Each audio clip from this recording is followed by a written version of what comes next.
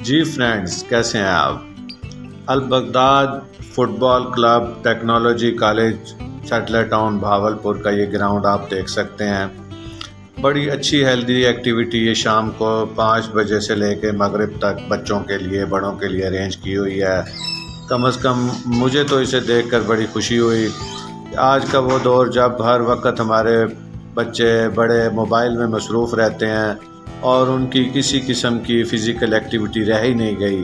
ایسی صورتحال میں بچوں کے لیے اس اچھی ایکٹیویٹی کا انعقاد یقیناً بڑا خوش آئند ہے، اور میں تو ہر بچے کے لیے اس ایکٹیویٹی کو ریکمینڈ کروں گا۔ یہ میرے دوست ہیں احمد بھائی، یہ اپنے برخودار حسین کو لے کے جاتے ہیں یہاں پر۔ 6 کلاس کا وہ اسٹوڈنٹ ہے، تو یہ آپ حسین کو سکرین پہ دیکھ سکتے ہیں۔ تو اس کو بھی یہ سپورٹس بڑی اچھی لگتی ہے، اسٹیمنا بھی بچوں میں جنریٹ کرتی ہے، اور جو بچوں میں خود اعتمادی کی کمی پیدا ہو رہی ہے، صحت کے مسائل بچوں میں پیدا ہو رہے ہیں، ان سب چیزوں کا یہ علاج ہے۔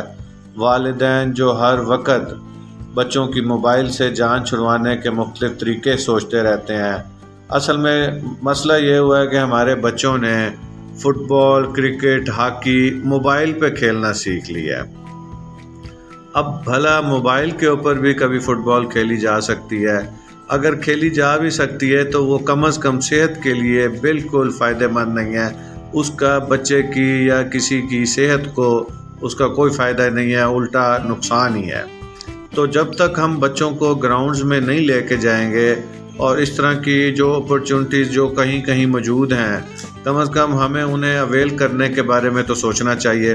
جب بچوں کو یہ اپرچونٹی میسر آئے گی تو بچہ شام کو ایکٹیویٹی کر کے تھک ہار کے آئے گا، اپنا کام شام کرے گا، اور اس کے بعد وہ کہے گا بس اب میں سو ہی جاؤں، رات کو میں نے کیا موبائل پہ کھیل کے کرنا ہے، جب فٹ بال میں فزیکلی کھیل ہی آیا ہوں۔ تو اب یہ فیک فٹ بال موبائل پہ کھیلنے سے بچے کو سمجھ آ جائے گی کہ کوئی حاصل وصول نہیں ہے۔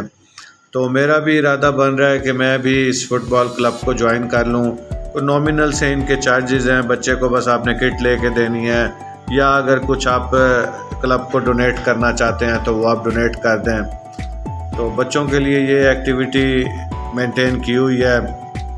آپ سب لوگ بھی جو بھاولپور کے باسی ہیں اور دوسرے شہروں میں بھی اگر کوئی لوگ ہیں تو وہ بھی اپنے اپنے لیول پہ اس طرح کے کلبز بنا سکتے ہیں۔